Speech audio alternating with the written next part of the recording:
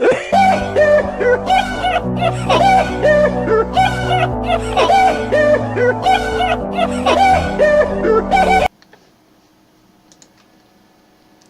for the environment of the game, setting that up was simple for me. I simply used a base level, generated it, and put a grass texture, a green texture. I debated putting grass, but the photorealism was something that I wanted to not use. I wanted to use cell shaded, so therefore I used a block material of green, as well as then importing each mesh and each asset from Maya, which did take quite a while and spent some time. But eventually, after doing that, I just used the blocks that was available, like the cube and the starter blocks from Unreal, placed them down and shaped them to create the basic outline that I was looking for, which was the car park, the supermarket, and all the structure of the supermarket. And then started placing each place using the move, the select and rotate, and the scale objects tool to just place each object in. For the cars, once I found out the basic measurements of each car, I knew how much to do each one by, so therefore 24 for the smaller cars, 36 for the pickup trucks, and I believe that's the same. As for the trees, again, I did the same. Each tree is more or less the same. I had tested on another world the foliage, using the foliage tool, which was very good and very easy to create a lot of forest. However, with this map, the trees are just there as a border to stop the player being able to look out into the vastness of nothing and to feel more immersive in the environment. As for inside the actual supermarket itself, again, placing things was simple. I followed a paint layout that I used, that I will include in the video, and with the paint, it allowed me to know exactly where to place certain things and what to create in order to make the world fill, such as the aisles, which are just, again, copied and pasted throughout. Each block has 4 aisles that I created, and then it's copied and pasted over in blocks of 4 to create the big aisles that you can see in front of you now. Same with the checkouts that were created, and the stools that are next to them. One thing that I found is, whilst using the scale tool, is that if you create a asset such as a house and include all the objects in it already, when you scale it, the objects will lose their scale. Some things will be bigger or smaller than they're actually supposed to be. So I found it easier, instead of creating the whole supermarket in Maya and all the assets in one, that it would be much easier to just create them all separately and scale them separately, which obviously took longer, but it produced a better quality of asset that I could scale to the right size and so on. And yeah, that is the same for the whole environment. That's how I used it. That's how I did it. With things such as on the floor here, that was pretty simple. It was click, move, and drag it around, and then obviously reposition it with the rotate tool to what I thought was satisfactory, that it looked good and so on. I was moving a lot of my objects around a lot. It took me quite a while to find this layout and actually be happy with the layout. I still believe that if I had more time, I would add more things to make it immersive. My favourite room is the main room that you can see here. I believe it does resemble a supermarket, looks exactly like how I want it to, and the cell shaded art style that I used benefits the game and the look of it.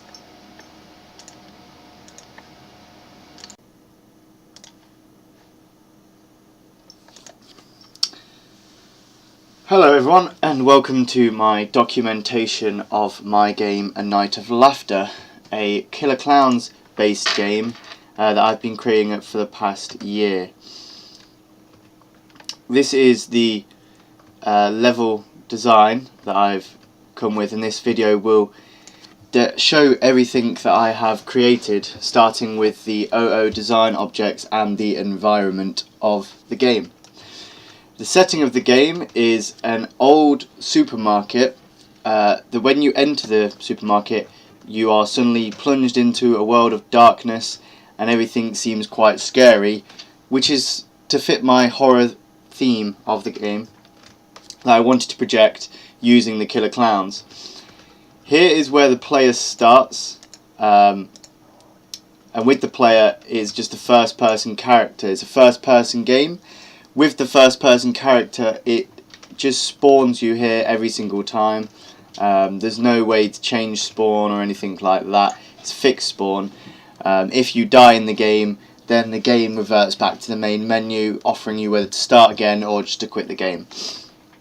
As for the first person character here, he has a few components attached to him within the game. That would obviously be the mesh, which is inherited, which is just the hands mesh which comes with Unreal. The first person camera, which allows you to view the game. We also have a torch. See, I made a torch model with using Maya and added a spotlight to the torch so that when you play the game you can actually see, as you can see here, the spotlight acts as the torch light source. If we enter the supermarket, you can see that the roof is white, and using a nav mesh volume, I decided to use white so that then there was a contrast, so the room wasn't completely dark, yet that it was dark enough that it created an eerie vibe and set the atmosphere of being a horror game, and not allowing you to see the enemies was something big within the game that I wanted, so that you could have a genuine fear whilst trying to do an objective. You weren't able to think clearly, kind of thing. But going through my world, it's not a giant map. It's quite a concise map with some concise objectives. Now the objectives once you start the game is simple. You must search for the keys of your car in order to escape. As you see, there's a fence going around the border of the whole map, and there is no way to escape other than to get into your car. As you can see, each car has a box trigger around it, and each box trigger does something different. Now the box triggers around each of these cars that are glowing up red signify that they are the wrong car. If you enter that box trigger, which is triggered by your character's collision mesh overlapping the mesh of the box trigger, if that happens, a message will come up done by a widget that says wrong car, allowing the player to understand that this is not the one that's going to be getting you home. The blue car, however, with the green box trigger around it, is the right car, and once you walk upon that, a little fun message plays for you to know that you've won the game. This is basic things that should be in a game, basic elements, and I wanted to incorporate that. As we go into the supermarket, there is also a box trigger on the inside, on the outside as well. Now when creating the game, I wanted to have a vibe that instantly hit with a sound effect and the lights changing of when you enter the supermarket, which when you enter from the playthrough you'll see it is rather light, and you can kind of see and you can gaze in through the door.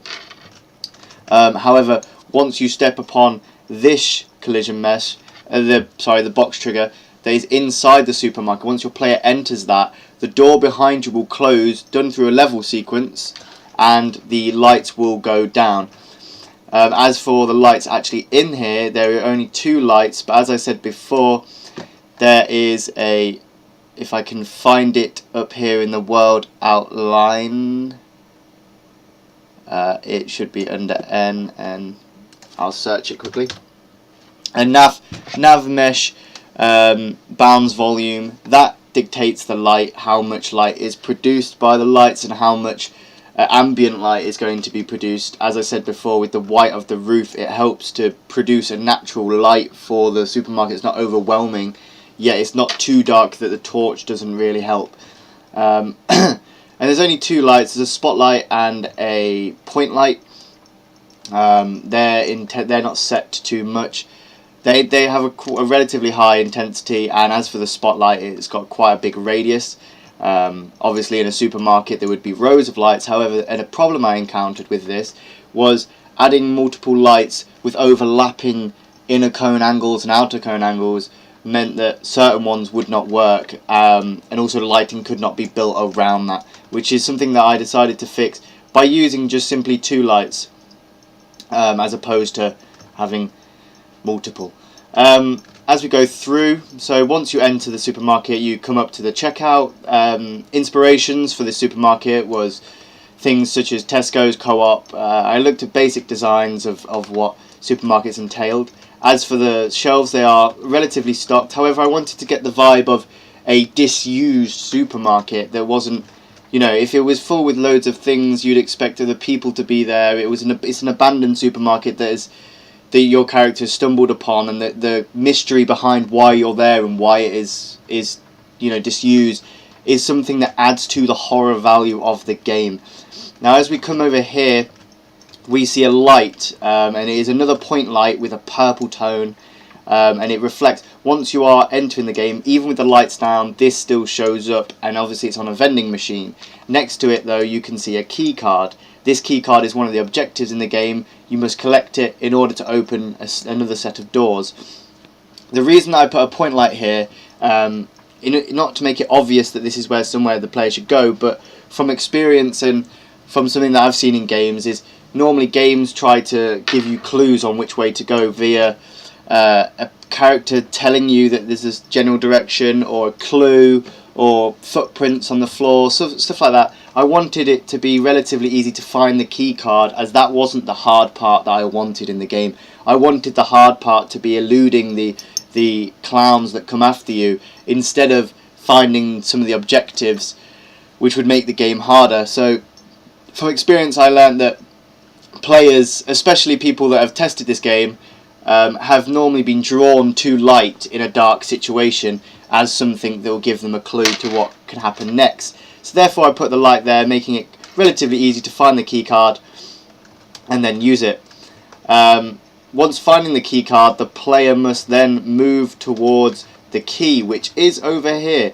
It's by a dead body. Now, I put this dead body in. I planned on making 3D third-person characters to use in my game, to possibly even transfer between. And if I had more time, I would probably do that. However, instead, I decided to keep him decapitated and without feet and arms, and I've placed him in this world as if the clowns had killed him. Again, just adding to the horror element. The keys for the car are by him, however. Once you walk over him, as you can see, there's a box trigger on him, as well as the key card, should I say. Once you enter this box trigger, it will then state, press F to pick up for both items, and once you have them, it then brings you on to this door. Now this door is the maintenance door, and as you hit this box trigger in front of it, it will not actually allow you to go through the door or even interact with the door, stating that you must have the key card in order to open the door. Basically, the code that I put in on the blueprints, it states that if you do not have the key card, then the other widget will display, which displays that you may not enter without the key card. However, if you have the key card, then it will allow you to open the doors, and then a level sequence plays, opening the doors, allowing you into this maintenance room. Now, the maintenance room has no lights in it. This was something that people have found within the game quite horrifying, that they enter this room that's even darker than the previous one, meaning that line of sight is literally right in front of you. You can't see things from a distance, and when you enter it, it's a small room, and it's not too complicated. It's got a few lockers and that, and some power cylinders in the middle, and some box on the side. However, right here is what you want to be getting to. It is the box trigger that allows you to interact with the lever, that then also turns on the power and opens up the main doors, allowing you to escape. Now, I added in a little level sequence as well for the lever, so that when you pull it, it actually seems animated and actually moves downwards, as well as the sparks that are there using the Unreal Particle effect to allow the player again to know where to go, and give them a helpful hint. Now, once you press that lever, the lights will come back on to a certain degree, and then you are able to exit the door and find the right car, which is the blue one, in order to escape. Now, what you're running from, however, which is going to try to stop you using a follow me command and a randomly generated walk command, is these clowns. Now, with the clowns, if I can just get to it, I'll lower the camera speed. Now, with the clowns, I used the basic mesh, third-person mesh from the Unreal program itself, and just changed his material. If I click on him, you can see it's the SK Mannequin, which is the standard mannequin that's used on third-person maps. I used it to test throughout my whole game. I did actually have a model created for the clowns that, if given more time, I would rig up fully and place in. However, due to time constraints and that, I couldn't actually do that, so therefore I wanted to have something that still represented something quite scary. I still refer to it as a clown because these clowns are from outer space, so it's unsure how they would look, but this is something that I was happy with. The scaled look that I got from a red ambient texture that I put on him was something I was really happy with. As well as with these clowns, I've used an animation asset, which is the third person walk. It's quite a terrifying walk when you look at it. For an enemy to walk at you and still have the same speed as if they were sprinting is quite scary, and I wanted to add that into the game to make sure it was, you know, something that players would fear and add to, again, the horror aspect. Something that I took quite seriously when starting to create this game was that horror aspect. I wanted to make sure that people had a fear when they were playing it, that they were nervous to go in the dark. That's something that you know, the Killer Klowns film has a comedy aspect. However, the game I've tried to create was a horror game. As you can probably tell though, however, I have used a cel-shaded look to my game. I said this from the start that I was going to do cel-shaded instead of photorealistic, and that's because I believe there is no mass market of cel-shaded horror games, as well as the Killer Klowns being a comedy film, comedy horror. I wanted to make sure that I had fully allowed that to be represented by doing cel-shaded, which allowed for a more continuous vibe, a continuous look to the game, rather than certain aspects being photorealistic and certain aspects not being quite up to scratch, as well as giving it a different vibe and a unique vibe to it, as most of the assets in here, if not all, except for the 3D third-person model, is created by me. Using Maya, I've created every single asset that you can see in here, placed it and resized it, and so on and so forth.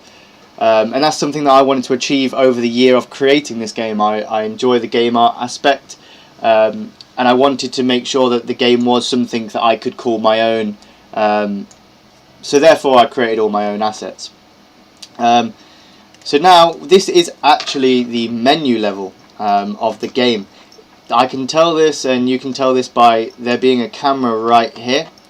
This camera acts as if it's a CCTV camera. Once you start up the game, as you saw from the playthrough, it comes up with the menu, which is overlooking this part here. In order to do that, I just duplicated my map.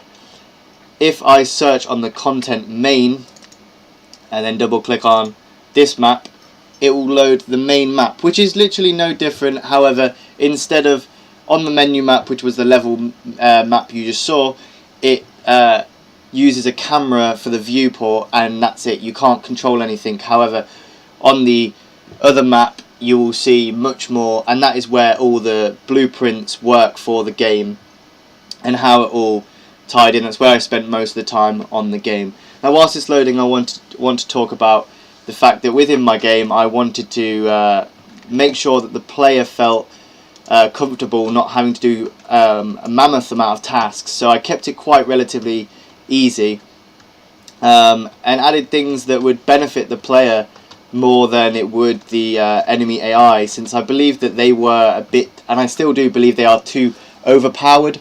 I have 3 in there at the moment, and don't believe that more would make the game more fun or even harder.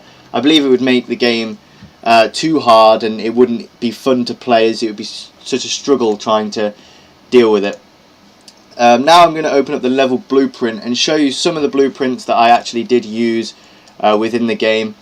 I haven't yet to tidy up the blueprints, which is quite bad and unprofessional. However, I know which ones are which, but for closing up the game and making sure it's clean and finished, I would like to put in different comments on these blueprints to know exactly what they are in case someone else was looking through them. But if I just take you through a quick blueprint, here is the blueprint, the small blueprint for showing the objectives. Now when you press O in the game, as you saw through the playthrough, it pops up with your objectives, and that's done through a widget like most of the level blueprints. So this one here says on event begin play, it creates a widget, which is the O widget as I named it, and it gives it to the player controller and adds it to your viewport, therefore that means it pops up on the screen basically. It has a delay of 2 seconds, and then it removes all widgets, so it gets rid of that widget and you can't see it again unless you press O again. Now a reoccurring theme here that you're going to see, this is, here you can see the trigger box 4, so a lot of the trigger boxes have their own reference that I had to create in order to allow them to work. So this is on the event, this is on the actor being overlapped, so if the player overlaps within here, so if you see, look, if the player overlaps with the trigger box, it casts to the first person, and this is for toggling the light in there, for turning it off. So this is the trigger box when you enter the supermarket, and as you can see, this is what turns the lights off. Now that I thought when I was first creating it, this would be the trickiest part, and it did turn out for some time to be a tricky thing, but using the nav mesh bound, it allowed me to change the ambient light, which was messing with the light being on or off. So sometimes if the ambient light wasn't sorted, the light would turn off, yet it would still be very bright, or even in some cases too dark. Here you can see the trigger box 3, again going through a branch. This plays, I believe this is what plays the music once you enter the world. Once you enter this supermarket, it comes with a horrible clown laugh, and on here this is where it laughs at you, so to speak. If we go through here, you can see this is the key card area that I was talking about, where it asks you or recognizes whether you have a key card or not.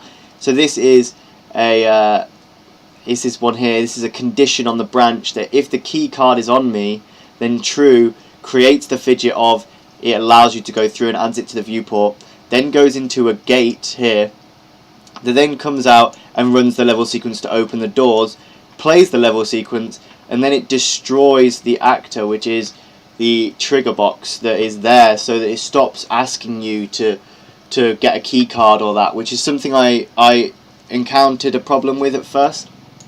I've also put a gun sound on this part, so when you press F on the door, it makes a kind of pickup sound, the genuine pickup sound that you hear normally on games. However, if you do not, it's false. It creates the widgets that says that you may not enter, and it adds it to the viewport, and it keeps it there until you go and fix that. Over here we have a similar thing with another trigger box.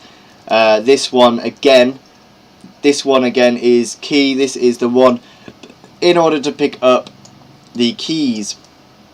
And now if I go over here, this is where I have used the door closing behind you when you enter. So once you enter in this trigger box, the doors will close behind you, again using a level sequence, which I will show you shortly.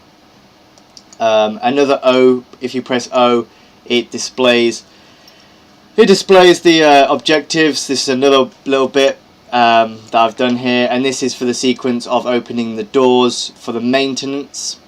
Again, a lot of code is messy and it's hard to understand. However, once I got into the habit of finishing up the game, I will clean it up and make sure that it's much more understandable. Again, another actor begin overlap, which is the same for all the trigger boxes.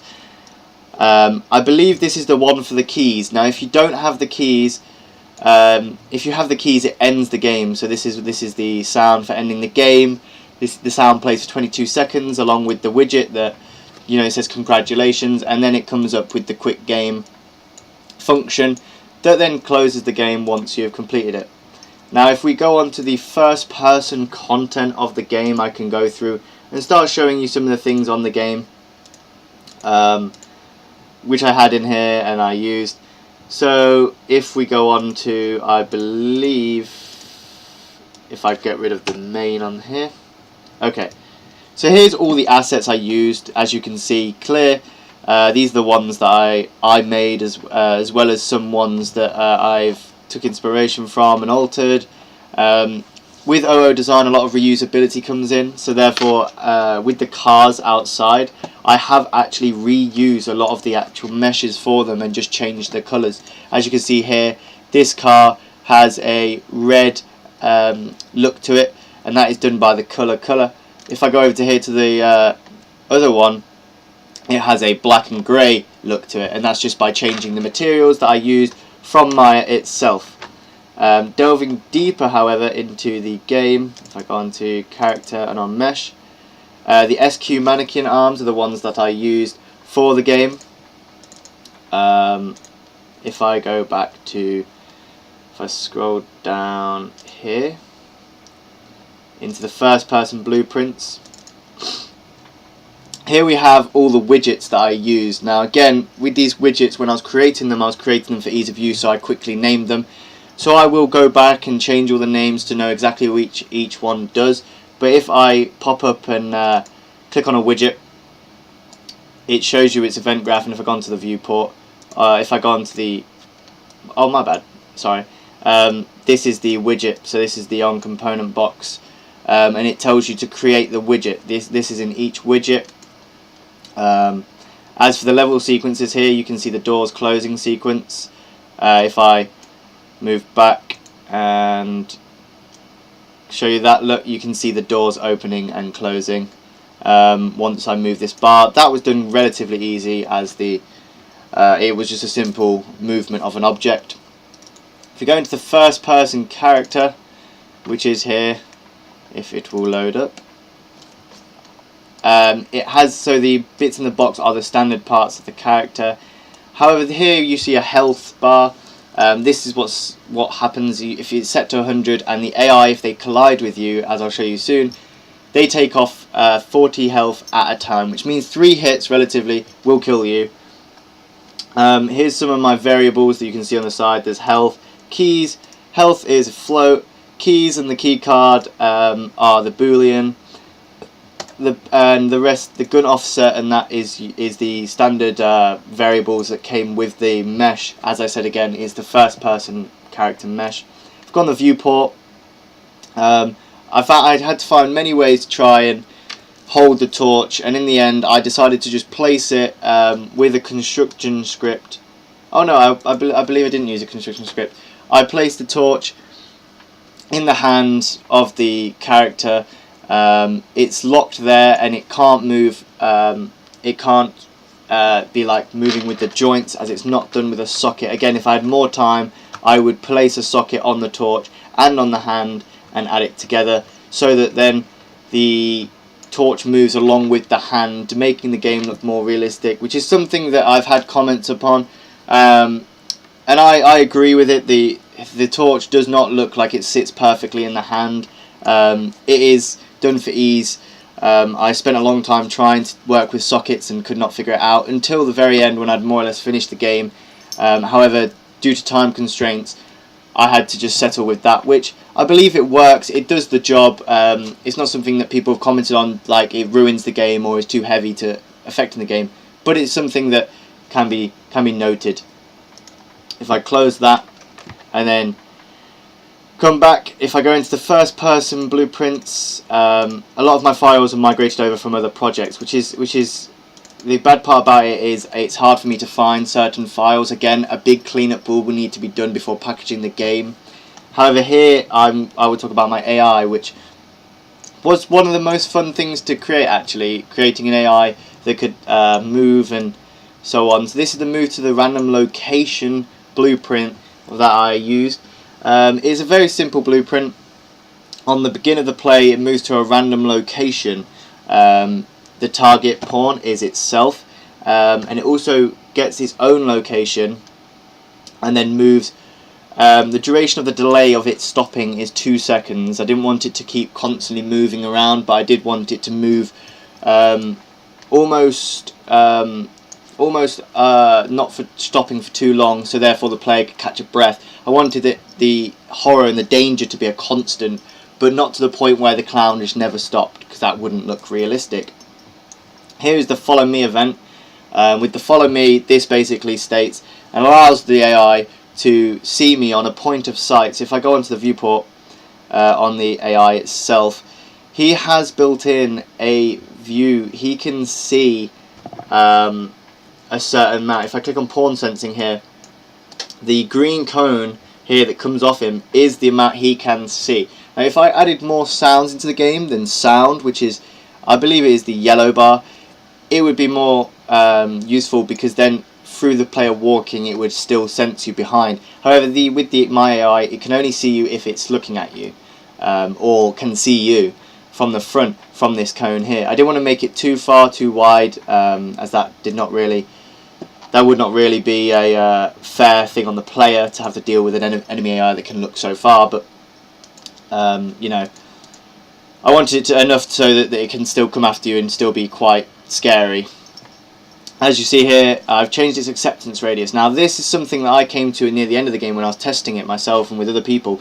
The lower the acceptance radius, the less likely it is to follow you and to seem more dumb. As some people said, the AI seemed dumb, it wasn't looking at me, it wasn't coming after me. That is to do with the acceptance radius. So 10 is a quite a nice sweet spot that it will still come for you, but not too much to the point where if it can't actually see you or if it's miles away that it won't come after you. At the bottom here, this is the sound effect of the AI hitting you. So on a component collision, it casts to the first person character. So what it does is it plays the sound, it plays a sound which is, I believe it is here, unless I placed it on the actual player himself, but there's a sound that plays of a hit sound that lets you know that you've been hit. Oh, here it is. I'm blind. Play sound 2D. It's the face punch, so it's like a normal face punch. There's no other settings on it, it's all default settings, but it lets the player know they've been hit. Cause sometimes people could be hit without actually seeing they've been hit because of the darkness and because of the clown attacking from behind and being slightly faster than the player. As for here, then it comes on to create a game widget. Once it's killed you, with 3 hits it kills you. Each hit it walks off once it's hit you, so it's not an instant death, although sometimes the game can encounter glitches or moments where people are stuck on an object and it bounces off you 3 times all in one go, and that kills you, which creates the game over widget, which is there. Adds the viewport delays, and then it opens the menu again once it has killed you, which restarts the game basically.